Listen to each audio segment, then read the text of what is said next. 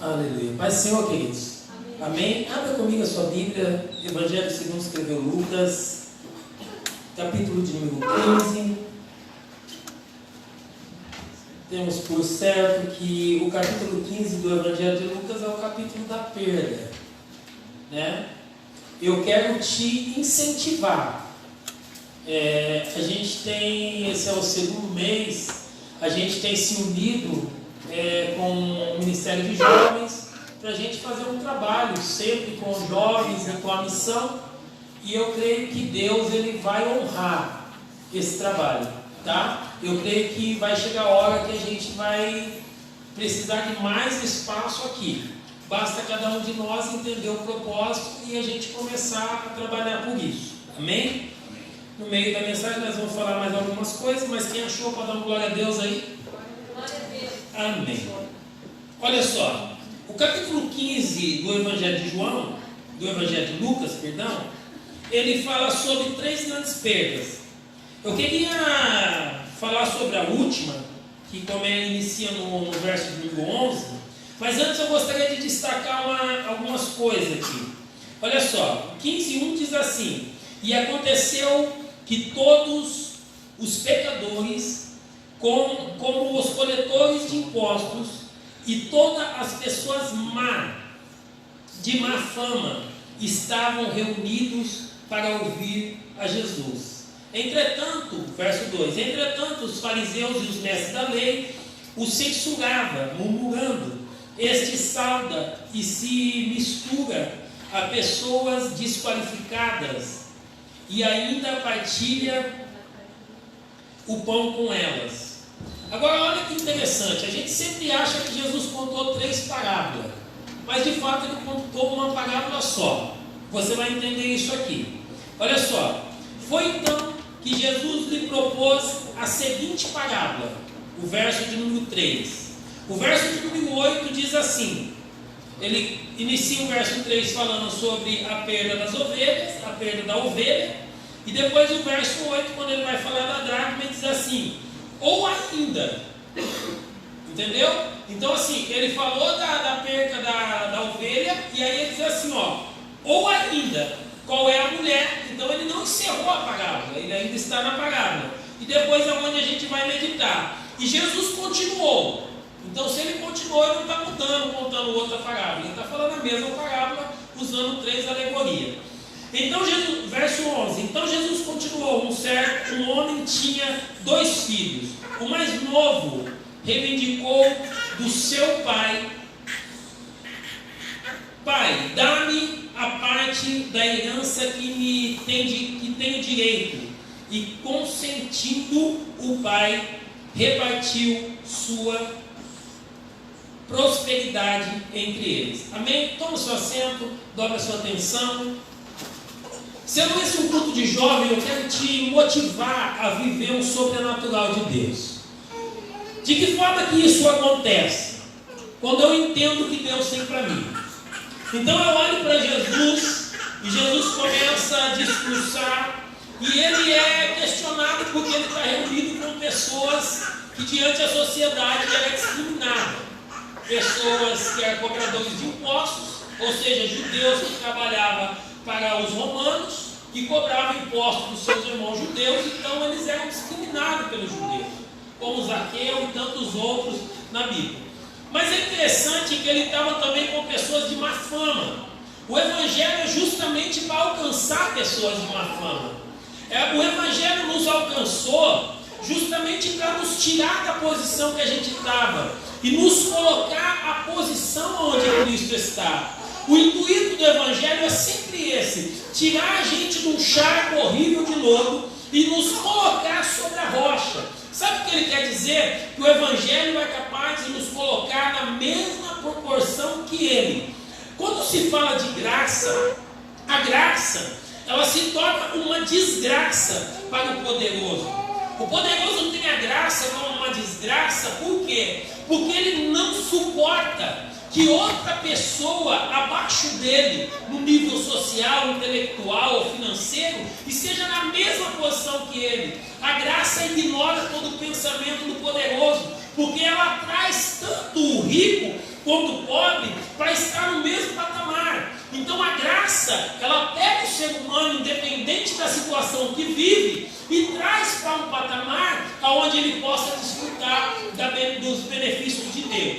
Agora olha só, quando eu entro para dentro desse texto, e Jesus contando essa parábola para essas pessoas, e indagado pelos fariseus e pelos mestres da lei, ele começa a iniciar uma parábola.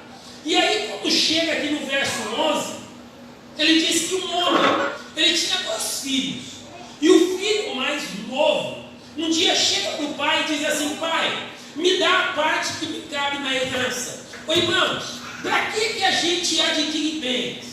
Para que o pai adquire bens se não for para deixar para os filhos?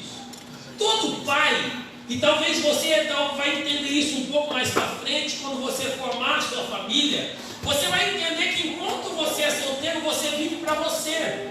A Bíblia diz que o solteiro, ele deve cuidar das coisas do Senhor, porque ele não tem que se preocupar com nada em volta dele. Ele não tem família para cuidar, então ele tem que se envolver com as coisas do Senhor. Mas quando ele casa, o conselho de Deus para ele é outro: agora você cuida da sua família. E quando ele cuida da família, ele cuida no intuito de preparar para essa família uma herança.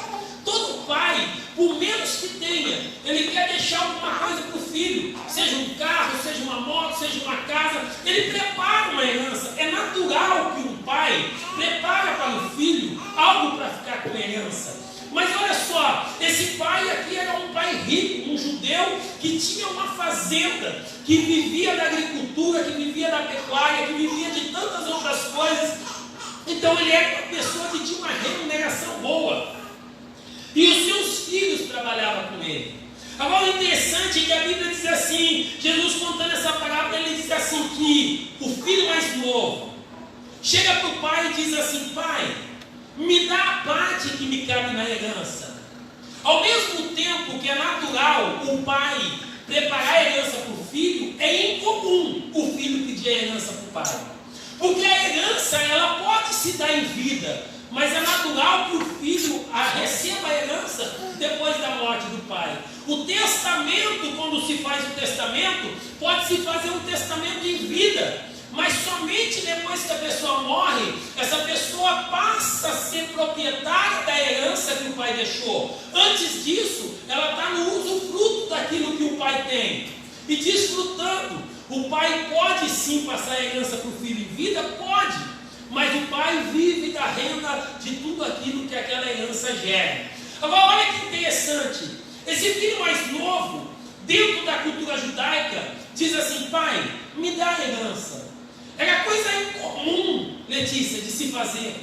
E dentro da cultura judaica, quando isso acontecia, a própria população judaica sentia afrontada pela atitude do filho, que não esperou o tempo de receber a herança, e a própria população procurava matar o filho. Sabe por quê? Porque quando um filho pede uma herança antes do tempo, ele está dizendo: eu já não tenho mais o meu pai como alguém em alta estima.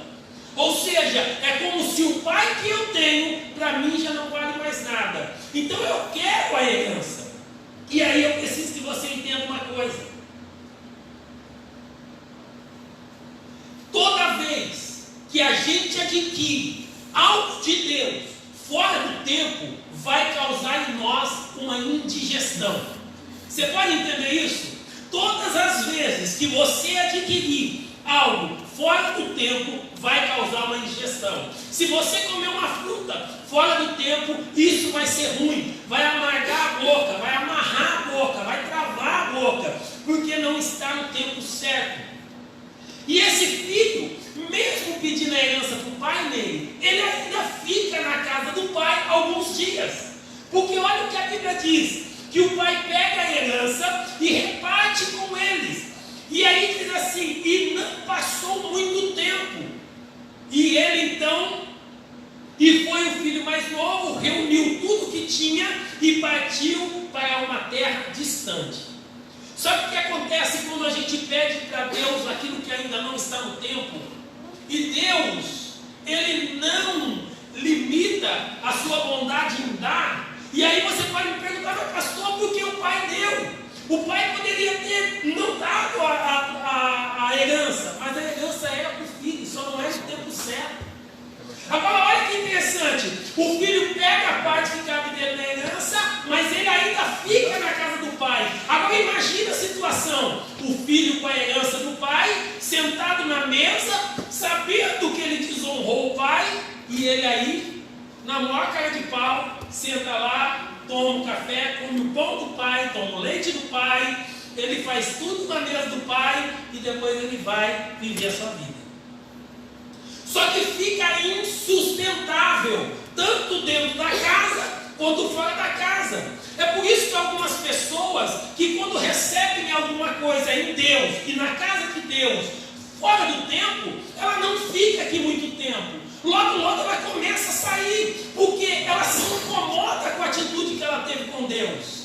Ah, Deus me deu, só que olha, eu me adquiri de uma forma errada, ainda não é tempo de eu adquirir. E ela fica incomodada. E vai chegando uma hora que o filho pega tudo que ele tinha.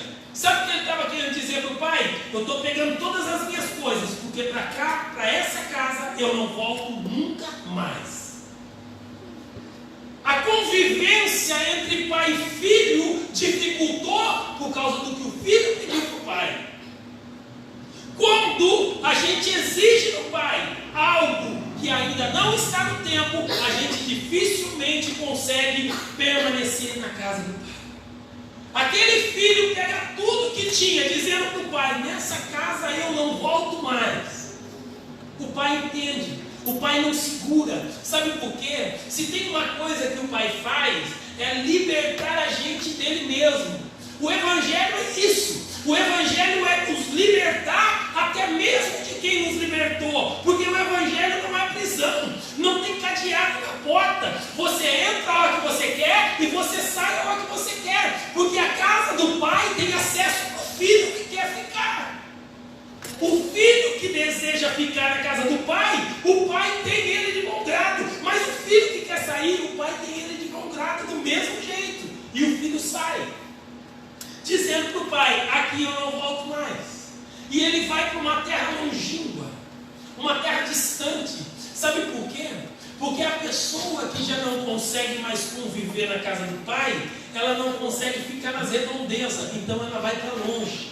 É por isso que quando alguém se afasta do evangelho, ele se envolve com tantas coisas erradas, se envolve com a prostituição, se envolve com a mentira, se envolve com o roubo, se envolve com coisas erradas. Por quê? Porque ele está distante, não tem mais quem doutrine a vida dele, não tem mais quem molde a vida dele, não tem mais quem ensine, discipule a vida dele.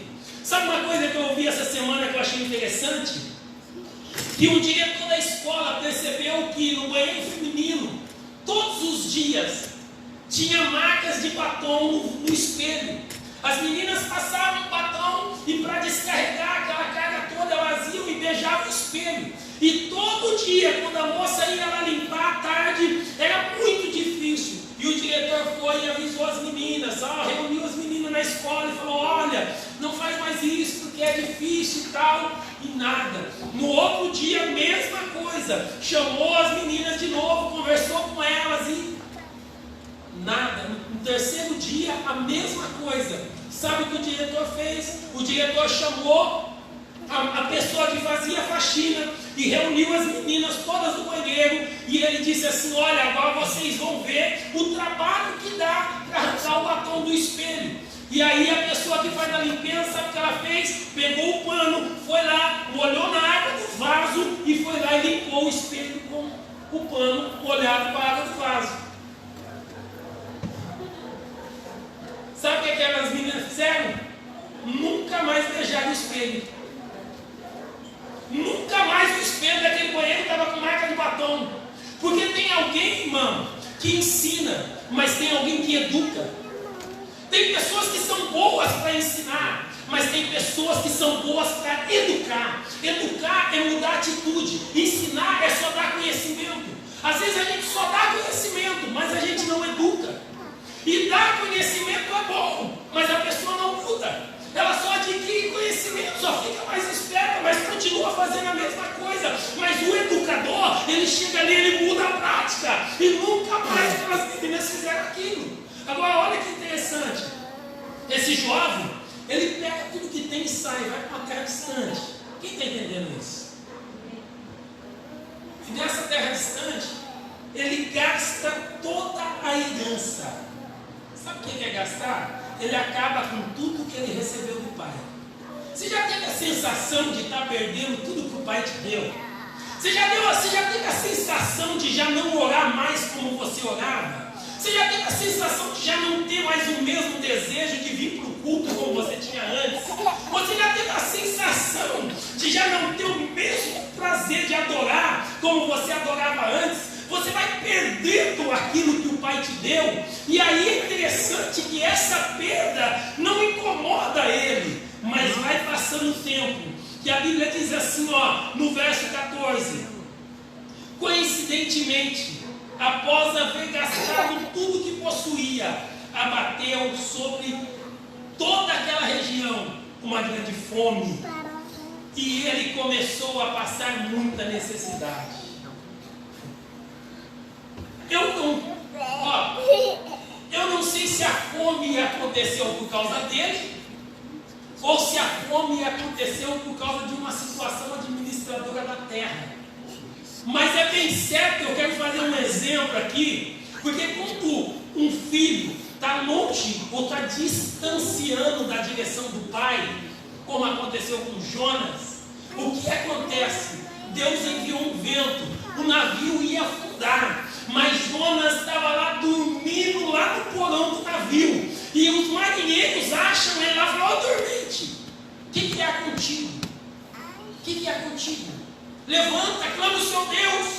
E ele fala assim: olha, lança uma sorte lá, as pedras do tumim e a sorte cai em Jonas. Ele diz assim: é minha culpa que está tudo isso acontecendo, porque eu estou aqui fugido. Então essa fome que veio nessa região pode ser justamente para que o filho entendesse que longe da casa do pai ele não ia ter mais o cuidado do pai. Então essa fome que se dá na região poderia sim ter acontecido por causa do filho. Dá para você entender quando a gente dentro da casa do pai, a gente está orientando e falando, ensinando, principalmente agora, na idade de vocês, a idade das escolhas, é a época mais difícil de um ser humano, porque se você parar para pensar, dentro da gestação de uma criança, cada fase tem o seu risco. Nos primeiros meses ele corre o risco de sofrer um aborto espontâneo. Nos meses que vai seguindo ele corre o risco de sofrer alguma má formação do corpo. Mas depois que nasce, algumas outras coisas podem acontecer e essa criança se perder. Mas quando vai crescendo, as coisas vai dificultando. Mas quando chega na juventude, eu creio que é a fase mais difícil de um ser humano. Que é a fase que ele tem que definir quem ele é a fase que ele tem que escolher quem ele vai ser, é a fase que ele tem que decidir com quem ele vai casar, é a fase que ele tem que decidir com quem ele vai se relacionar, qual a profissão que ele vai escolher, é a fase mais complicada da vida do ser humano, que tem que escolher um monte de coisa, o que eu vou ser, com quem eu vou casar, que igreja eu vou servir, e qual vai ser, e isso e aquilo, um monte de decisão, e eu sei que talvez a sua cabeça está voando, pensando no que você vai ser. Mas eu quero dizer uma coisa para ti, que quando a gente está na casa do Pai, o Pai nos dá a direção correta para nós seguirmos. O Pai vai mostrar para você exatamente quem você é, porque toda vez que o Pai se encontra com o Filho, Ele encontra para revelar para o Filho a identidade dele. Você se lembra quando Deus encontra com Jacó no Val de Jaboque? E ele levanta Jacó no olho, e aí ele fala assim: qual é o teu nome? Porque o pai, quando encontra com o filho, ele precisa que o filho descubra qual é a identidade dele.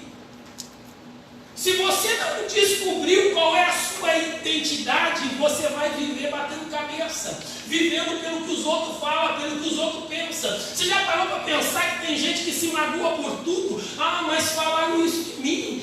mas falaram aquilo de mim, falaram que o cabelo não está bonito, falaram que isso, que aquilo. Você não tem que se preocupar com o que as pessoas falam de você. Você tem que saber quem você é. Você tem que saber quem você é em Deus. Qual é a sua identidade. Uma pessoa que não descobriu a sua identidade, ela vive perdida pela opinião dos outros. O que os outros falam é o que ela acha que é. Mas eu quero dizer que quando nós descobrimos a nossa identidade, nada vai nos fazer fugir daquilo que Deus tem para nós. Por isso que a casa do Pai é a casa onde a gente tem a maior revelação de quem nós somos. Se você não entende o que é estar na casa do Pai, é descobrir quem nós somos nele. E aí o filho, ele vai e chega ao ponto de gerar uma fome numa cidade, por estar longe da casa do Pai. Você já parou para pensar que às vezes alguma coisa está dando errada na sua escola, porque você está fugindo do propósito do Pai? E o Pai está promovendo aquilo para chamar a sua atenção, para dizer, volta. Você sabe, eu estava hoje trabalhando, eu estava pensando assim, estar na casa do Pai não é somente estar aqui de corpo presente. Porque você pode estar aqui de corpo presente, mas pensando em outra coisa lá fora. Estar dentro da casa do Pai, eu quero fazer uma analogia, eu fiquei pensando nisso. Porque a Bíblia diz assim que vós sois o templo e a morada do Espírito Santo de Deus. Então estar na casa do Pai é estar dentro de nós e descobrir quem nós somos em Deus. É muito mais do que a gente estar nesse espaço. É muito mais do que a gente vir para um ambiente e se reunir com pessoas. Estar na casa do Pai, na onde o Pai habita, é entrar dentro de nós e descobrir quem nós somos em Deus. E quando a gente entra dentro de nós e descobrimos quem nós somos em Deus, nós nunca vamos viver frustrados pelo que as pessoas falam. Mas não me aplaudiram, mas não, eu preguei e não me deram. Ei, você está fazendo para educar? Você está fazendo para somente ensinar? Ou você está fazendo para ser reconhecido? Sabe o que esse menino precisava entender? Que ele estava vivendo sucessivas quedas. Ele cai na casa do Pai, dentro da casa do Pai. Depois ele cai fora da casa do Pai. Ele vai para uma terra longínqua e ele cai de novo. A vida dele está uma sucessiva queda. Não dá para entender quando as coisas vão dando errado na vida de uma pessoa e ela não para pensar o que está de errado. Ei, quando as coisas começam a ser sucessivas, frequentes, eu tenho que parar tudo e analisar o meu estilo de vida. Eu tenho que parar tudo e começar a analisar o meu estilo de vida. E esse menino não para isso. Ele perde a herança do pai, ele sai da casa do pai, e daqui a pouco ele está numa terra, gasta tudo o dinheiro de uma forma irresponsável. Porque fora da casa do pai, uma das regras da casa do Pai é a gente ser responsáveis com as nossas ações. Ser responsável com a nossa palavra. Ninguém precisa cobrar nada do que eu falo. Eu preciso ser responsável por aquilo que eu falo. A juventude dessa geração precisa ser responsável pelo aquilo que fala. É falar e assumir. Eu falei. Nós teríamos menos contenda, menos rixa, menos briga, menos divisão dentro da igreja, quando nós tivéssemos a capacidade de entender a responsabilidade dos nossos atos. Você vê que estar na casa do Pai é muito mais do que estar dentro desse templo. Mas quando eu estou dentro da casa do Pai, entro para dentro de mim, eu começo a me responsabilizar pelas minhas atitudes, pelos meus atos, pela minha palavra, pelas coisas que falo, que eu faço, que eu vejo, que eu toco. Isso é interessante. E esse jovem vai tendo sucessiva. E aí Deus permite uma crise na região que ele estava para dizer: você precisa entender que longe da casa do Pai as coisas é difícil. Ei, eu sei que talvez você já deve ter ouvido isso, mas já pensa agora, imagina a arca de Noé, imagina a arca. Noé, a sua esposa, seus 3 filhos, as suas 3 noras e todo tipo de animal lá dentro. Um casal de cada animal, de cada espécie, tudo lá. Como que devia ser o ambiente dentro daquela arca? Como que devia ser o odor dentro daquela arca? Como que deveria ser o barulho dentro daquela arca? Hã? Você já parou para perceber que tem dia a gente não está para barulho, a gente quer ficar quietinho. Imagina dentro da arca. Bichaiada tudo gritando. E aí a mulher fala: fica quieto, quer ficar quieto hoje, não tem jeito. A igreja é a mesma coisa. A igreja é a mesma coisa. Às vezes acontece coisa que a gente não gosta. Às vezes acontece coisa que a gente não aprova. Mas aí eu te pergunto: onde é melhor estar? Dentro da arca ou fora da arca? A gente tem um monte de problema dentro da arca, mas vamos ver lá de fora um monte de corpo morto boiando sobre a água. De gente, de animal, de tudo quanto é. Imagina, aqueles que ainda não morreram desesperados com a turbulência da água. Aonde é melhor a gente estar? Com todos os defeitos, o mau odor e todas as coisas dentro da arca, ou do lado de fora, onde o juízo de Deus está operando de uma forma imponente. E eu fico imaginando que agora Deus vem causando uma situação para despertar esse moço. Você está caindo. Você precisa despertar porque você está caindo. Cada dia você está dando um passinho para longe da casa do Pai. Você precisa voltar para dentro da casa do Pai. E aí ele vai. E olha só, por esse motivo, ele foi se empregar-se com um dos cidadãos daquela região, que o mandou para o campo a fim de cuidar de porcos. Ô irmão, não tem problema nenhum. Problema. Não tem problema nenhum. Problema. Senão depois a minha esposa vai vir lá, vai ter problema. Não tem problema nenhum você cuidar de porco. Não tem nenhum. Mas para um judeu, isso não tem como. Para um judeu, isso é inaceitável. Para toda a nação, cuidar de porco pode cuidar, para o judeu não. Agora, esse jovem judeu vai justamente se empregar na região que ele está passando fome. E alguém fala assim: vai cuidar de porco. Sabe por quê? Porque ele tem que entender a sucessiva queda que ele está tendo. E ele não entende ainda. E ele vai cuidar de porco. E se não bastasse cuidar de porco, chega uma hora que ele está com tanta fome que ele sente a vontade de se alimentar das vitaminas que os porcos comiam. Porque a gente achava que os porcos comiam lavagem, mas eles eram alimentados com alfarrobas. É uma vagem que hoje tem dieta para a gente, para o humano, à base dessa mesma comida que dava para os porcos, uma ração. Para quem vai na academia e quer fazer uma dieta saudável, pode comer essa mesma ração aqui. E a Bíblia diz assim que ele desejou comer.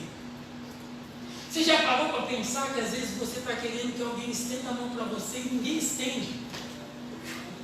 Você já parou para pensar que às vezes você está querendo que alguém te ajude em alguma coisa e todo mundo vira as costas para você e Deus fala assim: olha, eu tenho um propósito nisso. Porque se um dia alguém te der uma migalha, você vai se acostumar a comer migalha. Se um dia alguém te der uma comida de porco, você vai se acostumar, vai achar que é natural, que é normal comer comida de porco. Então Deus fecha a porta para ninguém te ajudar. E aí você reclama: mas ninguém me ajuda, ninguém me vê, eu estou sofrendo. E Deus fala assim: é eu e você agora. Dá para entender, queridos, que se ele se alimenta e ele só não comeu porque não deram ele. Olha olha só. Ele só não comeu. E ali chegou a ter vontade de se encher o estômago com as vagens de alfarrobas, com as quais os porcos eram alimentados. No entanto, ninguém lhe dava absolutamente nada, porque se alguém desse, ele comeria. E aí Deus te priva de comer uma comida de porco, porque Ele tem um banquete para você. E aí, quando a gente, já longe, se a gente recebe a comida de porco, a gente dispensa o banquete que o Pai tem. É melhor voltar para a casa do Pai com fome do que voltar para a casa do Pai alimentado com comida de porcos. Ei, ninguém dá. E aí você reclama, ninguém me ajuda, ninguém me vê, eu estou fazendo, e isso, é só crítica, é só cobrança, é só isso, é só aquilo. Sabe por quê? Porque o Senhor quer que você cresça, que você vá para cima, que você venha para o mesmo patamar que Ele, que você venha para o mesmo ambiente de glória que Ele. E você precisa entender, eu preciso entender isso. Por que isso, pastor? Porque se a gente não entender o propósito de ir para o mesmo nível, a gente vai viver sempre abaixo. A gente vai viver sempre abaixo daquilo que Ele tem para nós. E agora, olha que lindo. Verso 17. Quando então caiu em si. Ele cai dentro da casa do pai, depois ele cai fora da casa do pai, depois ele cai naquela região longínqua, depois ele cai quando ele está trabalhando, depois ele vai comer, quer comer comida de qualquer. É uma sucessiva queda. E aí a gente pensa, não tem mais para onde ele cair. A vida dele chegou no fundo do poço. Não tem mais para onde ele ir. Não tem, sabe aquele negócio assim, não tem mais o que dar errado. Tudo já deu errado na minha vida. Aí Deus pega e fala assim, tem um lugar para onde você pode cair ainda. Quando você achar que não tem mais lugar nenhum para cair, tem um lugar que você pode cair ainda. E a Bíblia diz assim, caindo em si. As coisas da nossa vida só mudam quando a gente cai em si. Sabe o que é cair em si? É cair para dentro. Porque todas as quedas desse jovem foram para fora. Todas as quedas desse jovem foram uma distância. Mas cair para si é cair para dentro. É confronto, é embate. Você vê que numa briga, o outro fala assim, cai para dentro. Sabe? Chama para a briga, vem, cai para dentro. Sabe o que é cair para dentro? É um confronto. E quando diz cair em si, é fazer um confronto não com os outros, mas comigo mesmo. Das minhas atitudes, das minhas ações, dos meus jeitos. Cair em si, entrar em combate comigo mesmo. Será que eu estou sendo fiel com Deus? Será que eu estou sendo fiel com os meus pais? Será que eu estou sendo fiel com a minha liderança? Será que eu estou sendo fiel com aquele que está sobre a minha vida? Será que eu estou sendo fiel com aquele que me escolheu? Cair para si, cair em si, é cair num confronto comigo mesmo, para dizer, será que o que eu estou fazendo está colaborando com o reino? Será que o que eu estou fazendo está agregando pessoas? Será que o que eu estou fazendo está atraindo as pessoas para perto de mim? Será que as minhas atitudes estão fazendo as pessoas ser mais crentes? Será que as minhas ações estão fazendo com que as pessoas amem mais a Deus? Cair para dentro de si, queridos, é justamente analisar a nossa vida mediante a palavra que Deus tem colocado dentro de nós.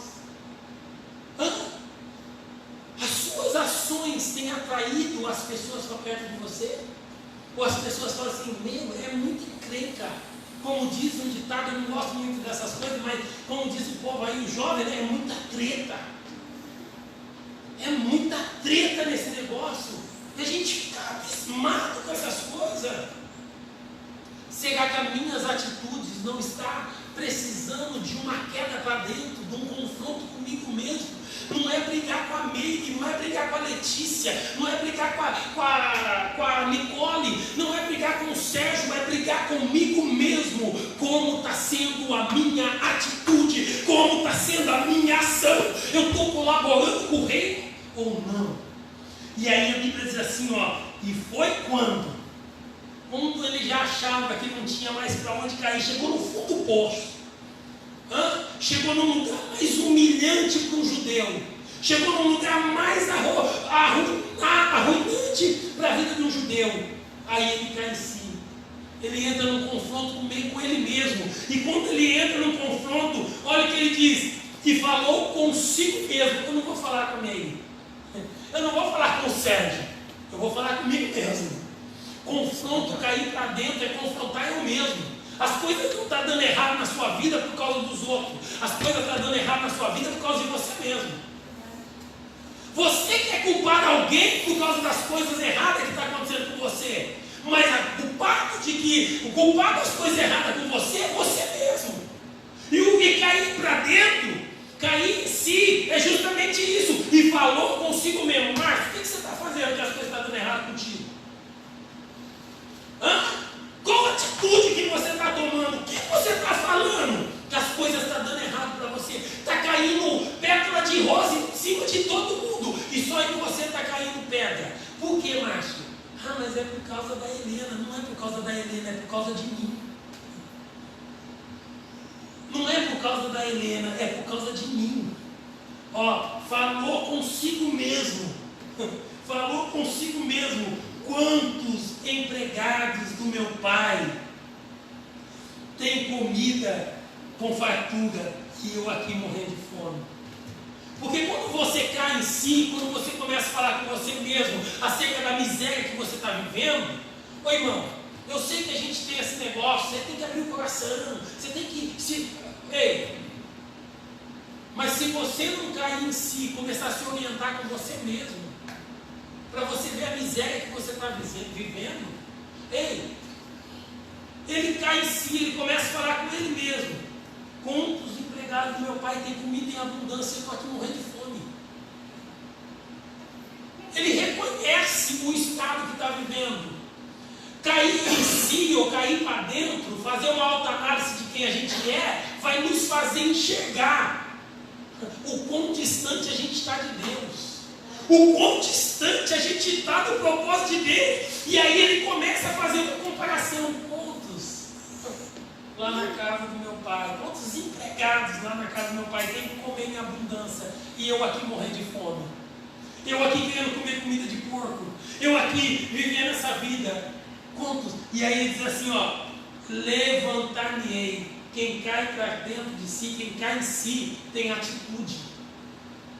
Quem cai em si tem atitude. Se as palavras que as pessoas estão falando acerca de você estão te jogando para baixo, é porque você está dando ouvido para o que as pessoas estão te falando. Você é feio. Eu sou feio mesmo, né? Olha, começa a olhar no espelho e fala assim, meu Deus, não é que eu sou feio mesmo? Caramba, que coisa. Como é que você consegue viver pelo que os outros falam para você? Como é que você consegue viver? Nossa, mas você está gordo, hein? Nossa, mas você está magro, hein? Nossa, mas você é alto, hein? Nossa, mas você é... Aí a pessoa se deprime. Você não é o que as pessoas falam de você. O que as pessoas falam de você é a sua informação que você está passando para ela. Agora você precisa saber quem você é.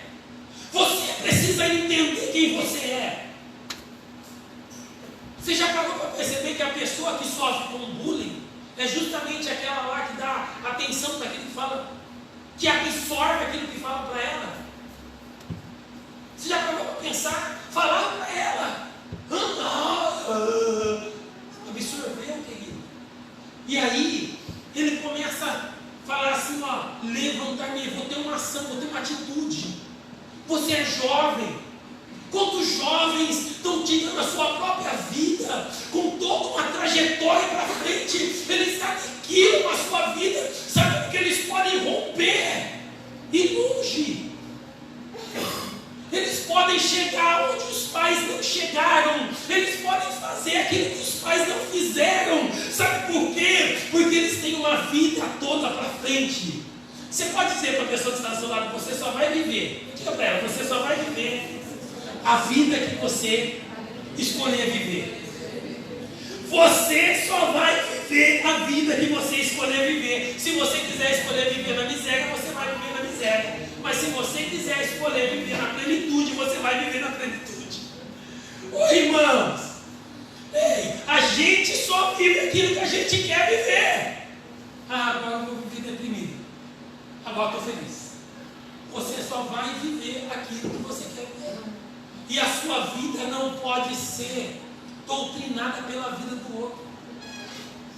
Ei, você já parou para pensar que a gente mede a nossa vida pela vida do medíocre? O casamento não está dando certo, aí o cara fala assim, não tem problema, porque o casamento do vizinho também não deu.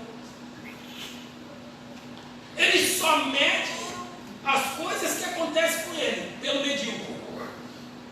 Não, estou passando uma crise financeira. Mas também o Brasil está em crise.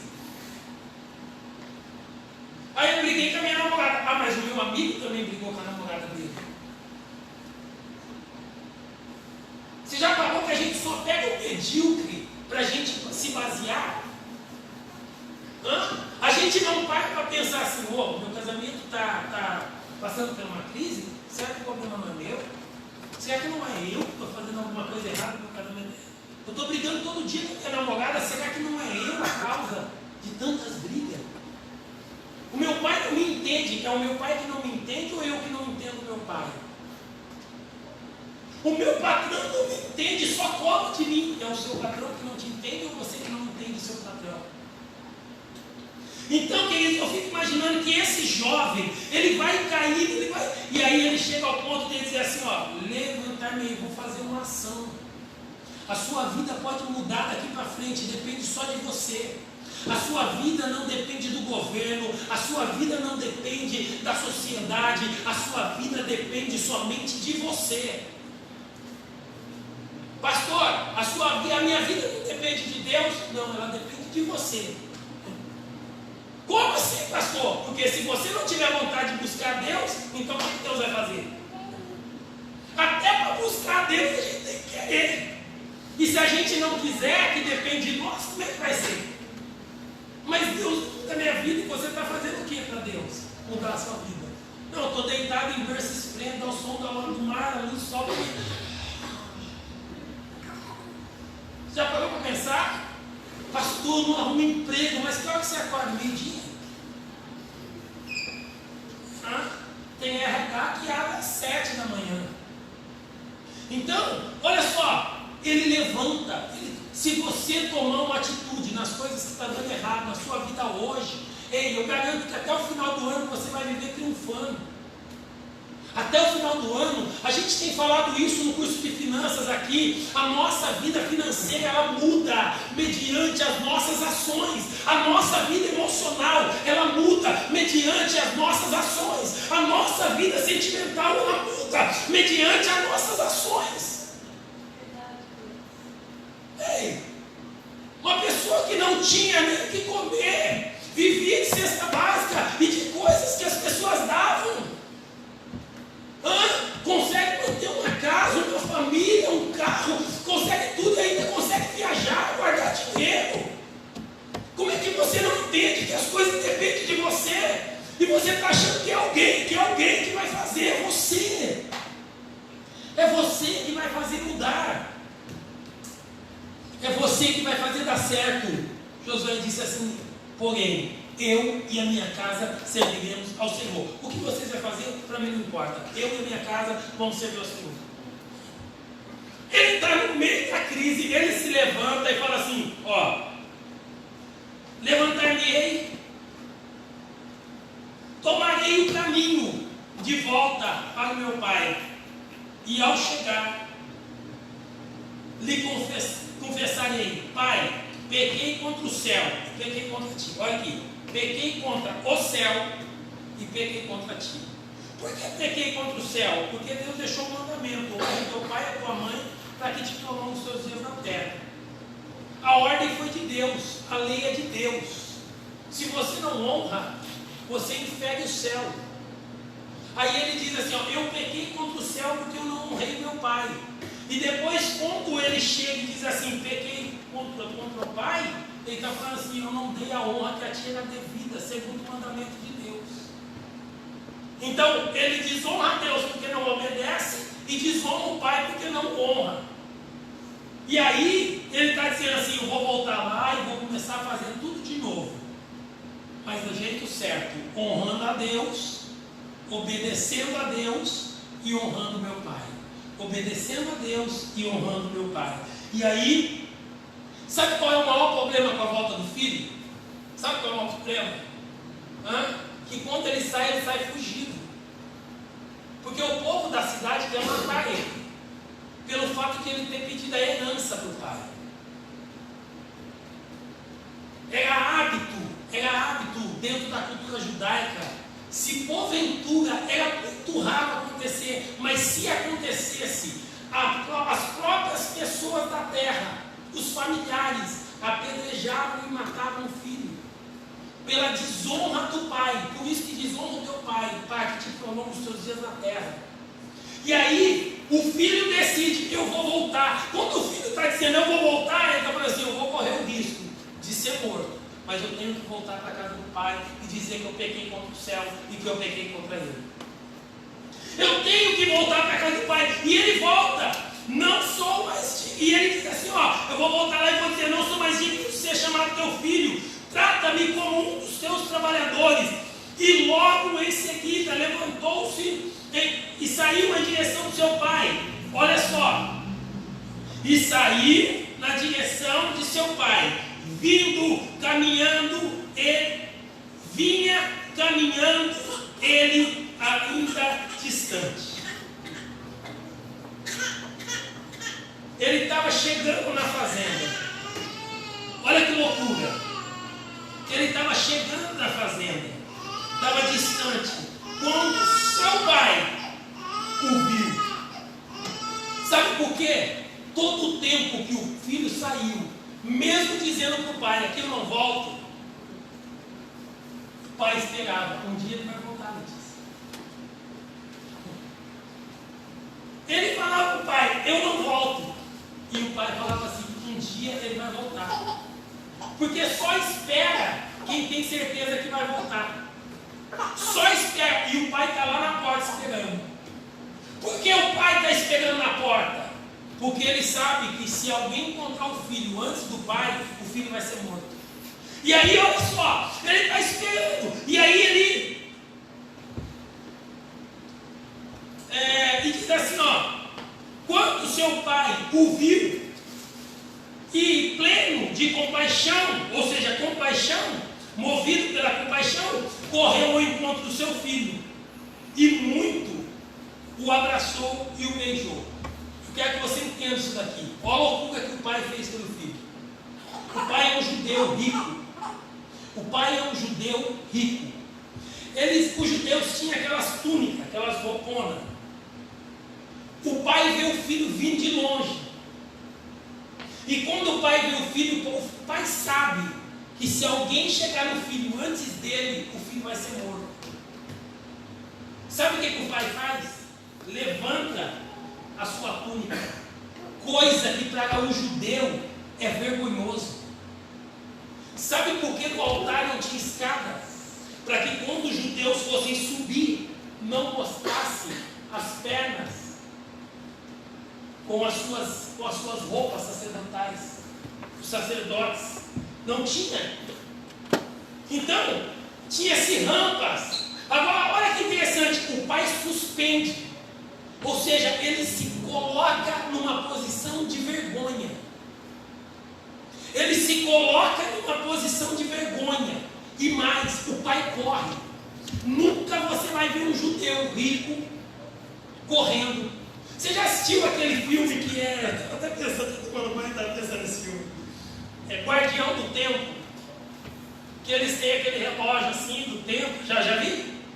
E quem corria no filme? Só os pobres. Tem que correr. O rico não. Hein? Quando o cara pobre passa para a parte rica e ele começa a correr, alguém fala assim, esse cara não anda aqui. Deve ser um pobretão que entrou para cá. Porque aqui a gente não corre. Correr é para pobre.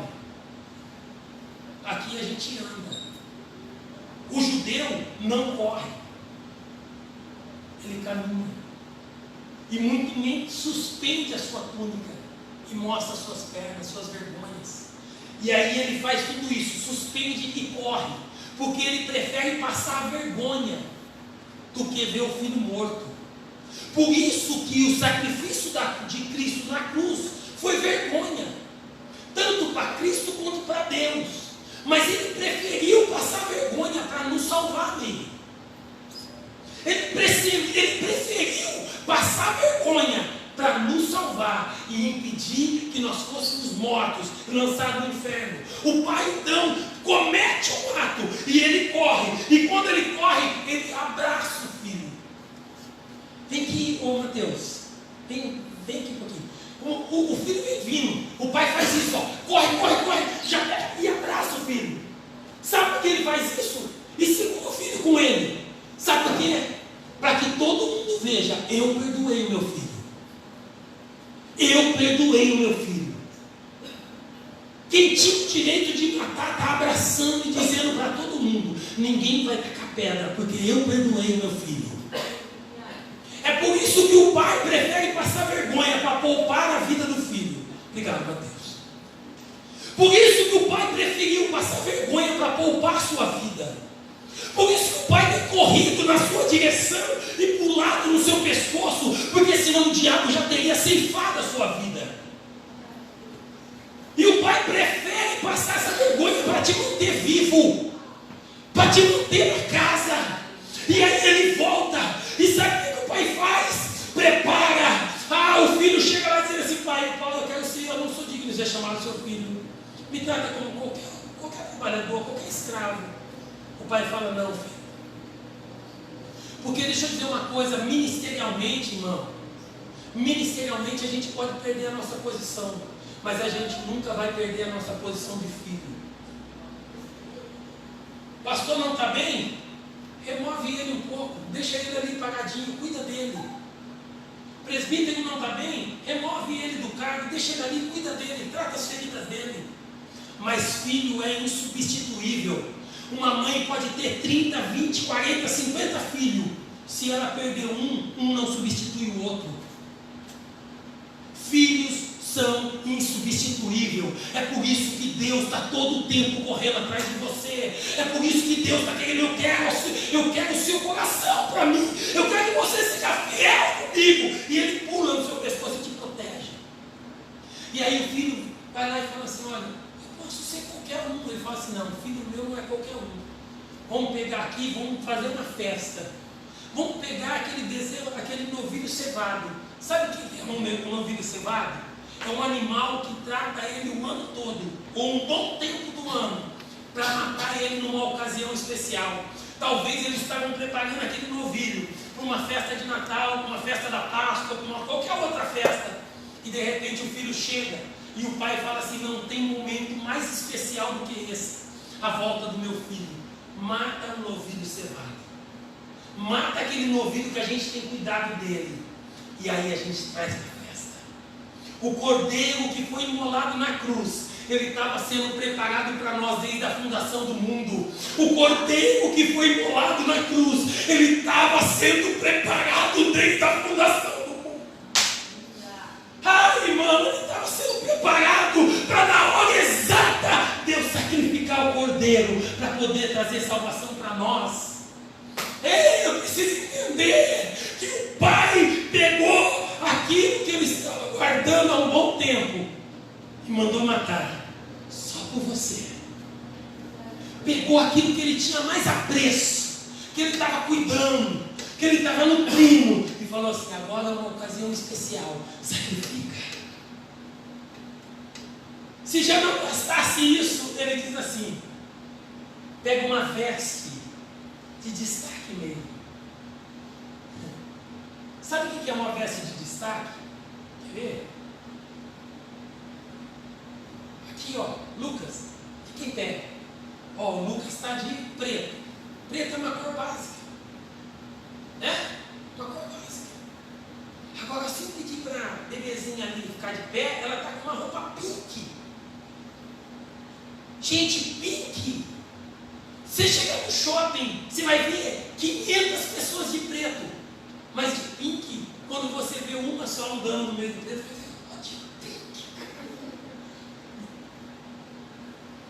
de pique, destaque, para mostrar.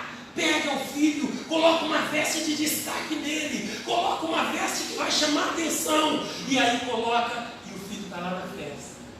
Todo mundo com veste comum, o filho está com uma veste de destaque. É por isso que quando alguém que estava afastado da casa do pai volta, alguém olha assim, olha aí, estava desviado, agora já está aqui já. Meu Deus, olha, estava lá fora, agora já está sentando o primeiro banco. Meu Deus! É isso que o pai faz. É isso que o pai faz. Coloca uma veste de destaque, mata um cordeiro, mata um novilho cevado, põe uma veste de destaque. Sabe o que mais? Põe um anel no dedo dele. Sabe, lembra quando o faraó constituiu José governador do Egito? O faraó deu o anel dele para o José e falou assim, ó, aqui no Egito, eu só sou maior do que você no trono. Fora do trono, tudo está no seu controle. Pode dar o edito e sela com o anel. Sabe o que o pai falou? Você veio desonrado, mas eu quero te dar autoridade. Eu vou te dar autoridade. Eu vou te dar autoridade. Por isso que o diabo vai querer todo dia falar assim, você pecou, você fez isso, você fez aquilo, você fez aquilo. Faz assim, ó. Nem dá uma. Calcanhar assim, chuta ele para longe e fala assim, sai para lá, fui lavado pelo sangue do cordeiro. Usa a autoridade que Deus está te dando, usa a autoridade que Deus está colocando na sua mão. E aí o outro, ele não pediu para ser como um escravo, o escravo estava descalço. O pai falou assim, não, filho meu não anda descalço, coloca uma sandália no pé dele. A sandália falava de nobreza. A sandália falava que ele era alguém de posição. Põe a sandália. Você não é uma pessoa qualquer. Você não é uma pessoa qualquer. Você é alguém que Deus escolheu. Tem uma sandália nos teus pés. Então, você tem que entender que aonde você anda, os seus passos são olhados, são vigiados. Irmão, todo mundo pode fazer a coisa errada, não faz?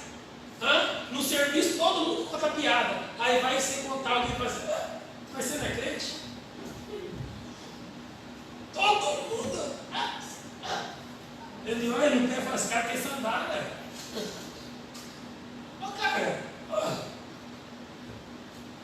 você entendeu como é que é o negócio? É sério, principalmente na obra, né? Na obra todo mundo contando piada, falando palavrão. Aí tinha que você ficar assim, se você falar alguma coisa aqui fora, o cara vai dizer, ô irmão, irmão, o que aconteceu com o irmão? E isso acontece. Eu vou concluir porque você já não aguenta mais me ouvir, né? Vamos lá.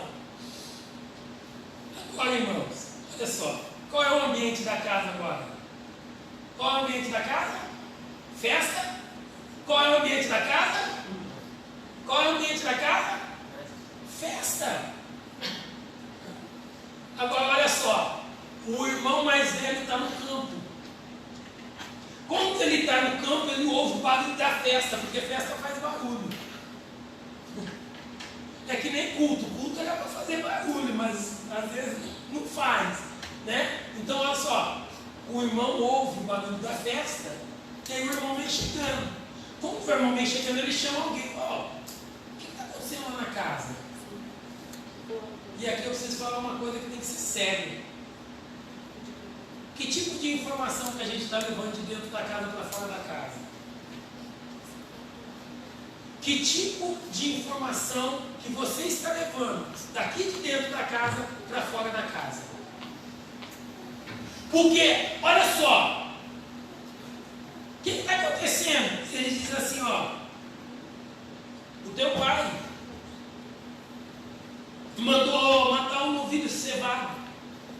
E ele está celebrando lá com o seu irmão. E ele está lá celebrando. Porque o seu irmão voltou, ele estava morto, mas reviveu, tal. E aí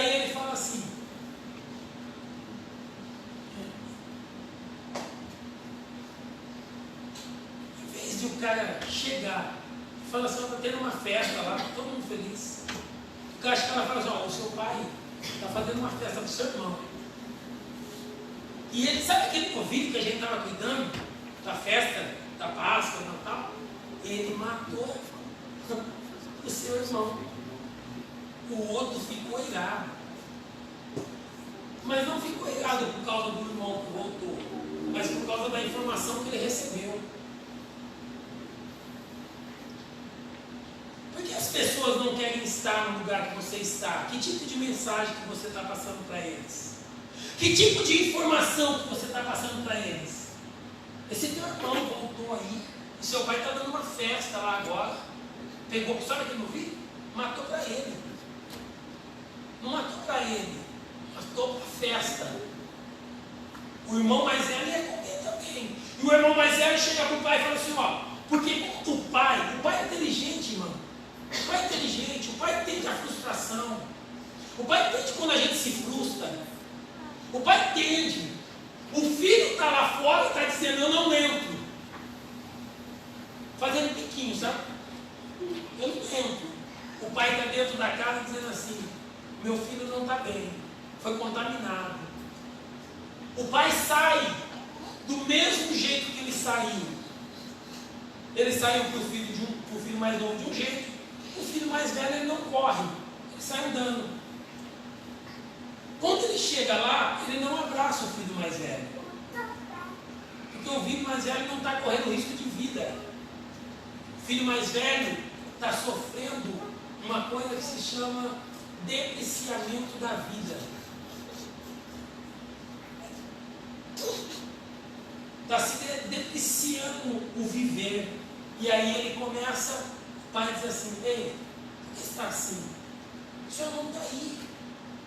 Ele diz assim, ó, esse teu filho já não é mais irmão. Olha quando ele estava ruim. Você já falou que tem gente dentro da igreja que está assim? Não, irmão não. Só se fosse seu irmão, meu irmão não é. Eu tenho uma notícia assim para te dar, tão séria, que com essa atitude, com esse pensamento, você não vai para o céu nunca.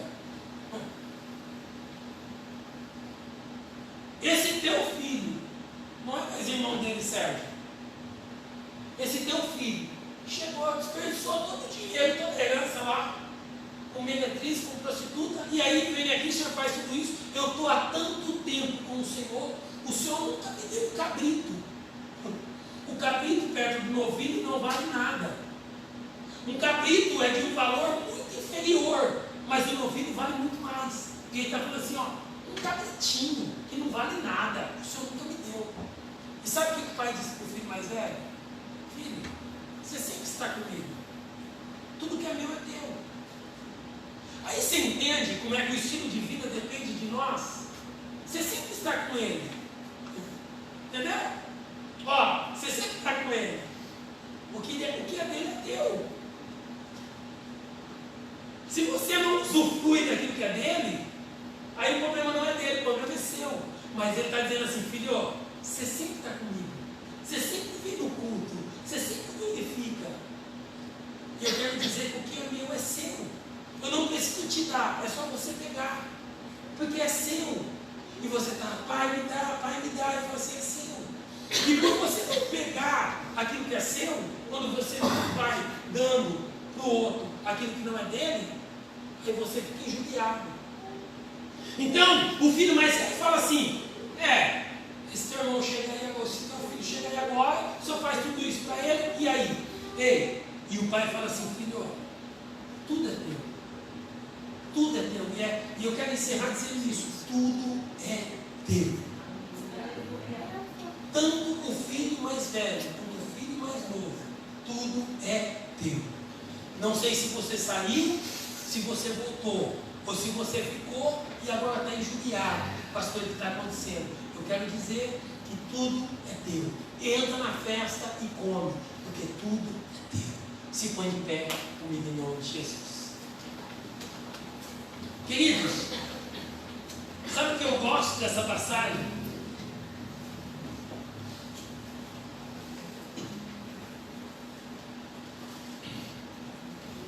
Sei que talvez você está querendo correr para casa,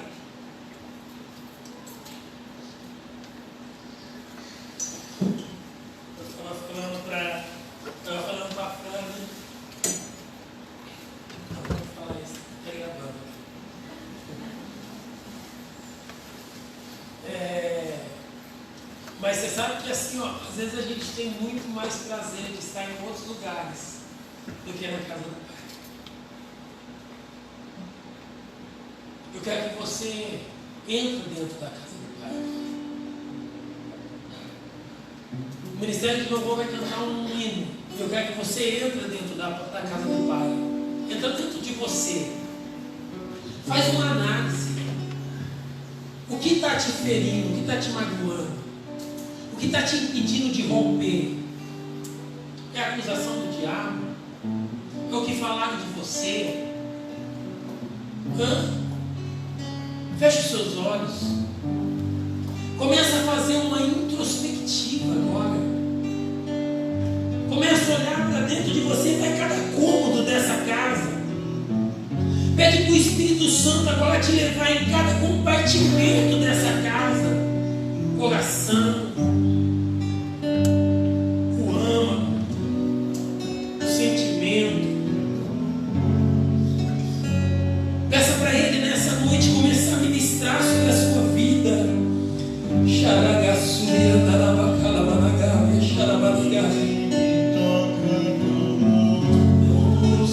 Oh, Pai correu na sua direção. O Pai olha para você e te vê diferente. Oh, Espírito Santo.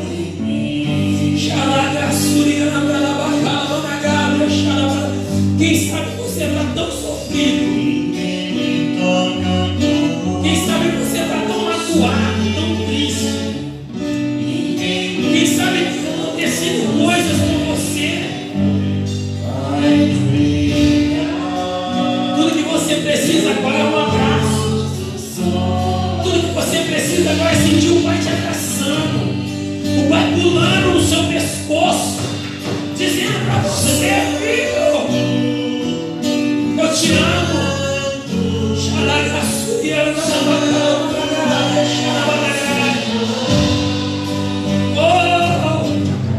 Está dentro dessa festa nessa noite. Se você precisa retornar, retorna. Toma uma ação nessa noite, retorna. Volta hoje, volta hoje, volta hoje.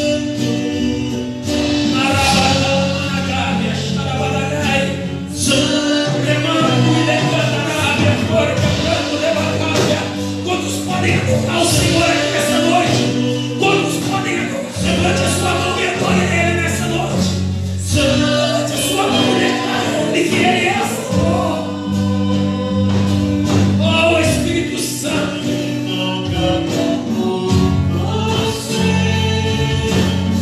Se a tua voz está melhor do que a minha, levanta a sua voz essa noite e diz uma palavra de coração a Ele.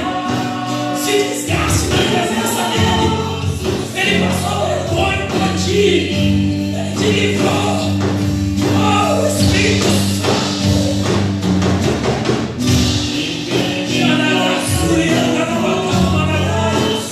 Deixa o Espírito Santo te renovar. Deixa o Espírito Santo te tocar agora. Você vai sair daqui transformado. Você vai sair daqui nessa noite transformado.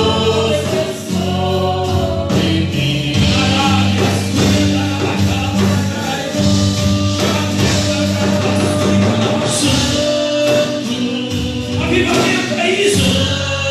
Avivamento é dentro de si. Avivamento é dentro de você mesmo.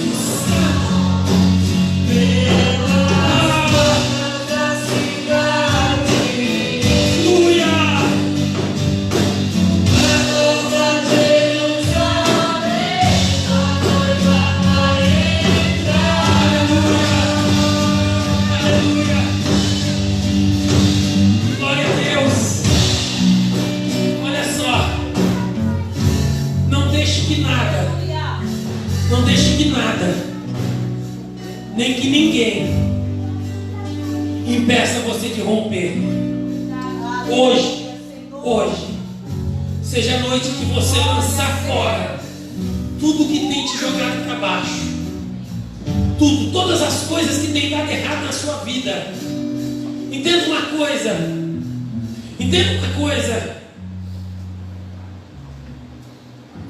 isso daqui são as coisas que tem dado errado na sua vida. Pensa, as palavras que falaram de você, a zombaria que fizeram de você, os pecados que te atingiram tão de perto, as calúnias que levantaram contra a sua vida. Talvez o pecado que você não consiga vencer é isso daqui, ó. Está te jogando, está te atormentando todo o tempo, pelo que você fez, pelo que você falou, por quem você é, por quem você se tornou. Eu quero dizer que nessa noite você pode fazer isso daqui, ó. Pisar em cima daquilo que te atormenta, daquilo que te joga para baixo, daquilo que te humilha, daquilo que está acabando com a sua esperança. Colocar embaixo dos seus pés. A Bíblia diz que em breve o Deus de paz esmagará Satanás debaixo dos vossos pés. Aleluia. É a opção sua pegar toda essa palavra que lançaram contra você, para te tirar o ministério, para te tirar a unção, para te tirar o chamado. É noite de você colocar tudo isso embaixo dos seus pés. É noite de você lançar por terra, não permitir que isso fique sobre a sua cabeça, não permitir que isso seja uma carga sobre a sua vida, não permitir que isso seja a derrota do seu chamado, do seu ministério, da sua caminhada com Deus. É noite de você destronar toda a ação do diabo contra a sua vida. Você fazer como aquele jovem fez. Hoje eu vou cair em si e vou voltar para casa do Pai para fazer a diferença. Hoje eu vou pegar tudo que me atormentava. Eu ganhei o meu patrão para Jesus lá em São Paulo. E eu sempre motivei ele. E um dia Deus achou por bem levantar ele para pregar. Ele não pregava com tanta eloquência, mas a palavra dele era muito profunda.